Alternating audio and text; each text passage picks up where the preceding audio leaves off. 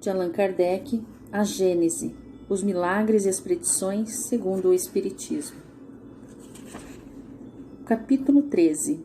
Os milagres segundo o Espiritismo. O Espiritismo não faz milagres. O Espiritismo, pois, vem a seu turno realizar aquilo que cada ciência faz em sua chegada, revelar novas leis e explicar, por conseguinte, os fenômenos que derivam dessas leis. Esses fenômenos, é certo, se prendem à existência dos espíritos e à sua intervenção no mundo material. Ora, dizem que isso é sobrenatural. Mas então, teria sido necessário provar que os espíritos e suas manifestações são contrários às leis da natureza, que aí não há, nem pode haver, uma de suas leis. O espírito nada mais é, senão a alma que sobreviveu ao corpo. É o ser principal, pois não morre, ao passo que o corpo não é senão um acessório que se destrói. Sua existência, portanto, é também natural, tanto depois quanto durante a encarnação. Ela é submetida às leis que regem o princípio espiritual, como o corpo é submetido às que regem o princípio material.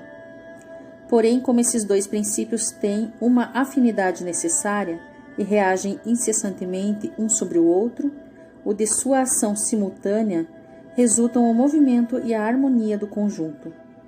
Segue-se que a espiritualidade e a materialidade são as duas partes de um mesmo todo, tão naturais uma quanto a outra, e que a primeira não é uma exceção, uma anomalia na ordem das coisas. Durante sua encarnação, o espírito age sobre a matéria por intermédio do seu corpo fluídico ou perispírito. O mesmo sucede fora da encarnação. Como espírito, e na medida das suas capacidades, ele faz o que fazia como homem. Somente, como não tem mais o seu corpo carnal como um instrumento, serve-se, quando tal é necessário, dos órgãos materiais de um encarnado, que é chamado médium. Faz como alguém que, não podendo escrever, ele mesmo serve-se da mão de um secretário, ou que, não sabendo uma língua, serve-se de um intérprete. Um secretário, um intérprete, são os médiuns de um encarnado, como o médium é o secretário ou intérprete de um espírito. O ambiente no qual atuam os espíritos e os meios da execução não são mais os mesmos que no estado de encarnação, e por isso os efeitos são diferentes. Tais efeitos não parecem ser sobrenaturais, senão porque são produzidos com o auxílio de agentes que não são aqueles dos quais nos servimos. Porém, desde o instante em que tais agentes existem na natureza e que os fatos de manifestações se realizam em virtude de certas leis, nada há de sobrenatural nem de maravilhoso. Antes de conhecer as propriedades da eletricidade, os fenômenos elétricos passavam como prodígios aos olhos de certas pessoas. Logo que a causa foi conhecida, o maravilhoso desapareceu. O mesmo sucede com os fenômenos espíritas, que não saem mais da ordem das leis naturais que os fenômenos elétricos, acústicos, luminosos e outros, que foram a fonte de uma quantidade de crenças supersticiosas. Entretanto, alguém poderá dizer: admitis que um espírito possa levantar uma mesa e mantê-la no espaço sem ponto de apoio, isso não é uma derrogação da lei da gravidade? Sim, da lei conhecida, porém, conhecemos todas as leis?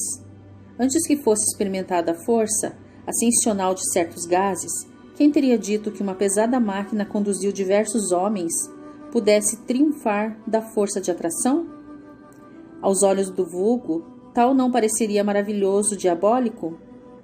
Aquele que há um século propusesse transmitir uma mensagem a uma distância de 50 léguas e receber sua resposta em alguns minutos, teria passado por louco.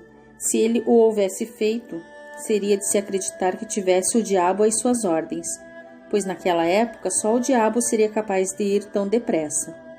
Entretanto, hoje a coisa é não somente reconhecida como possível, mas também parece ser inteiramente natural.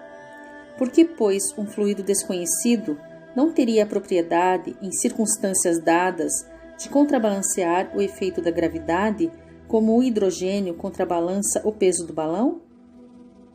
É efetivamente o que sucede no caso de que estamos tratando.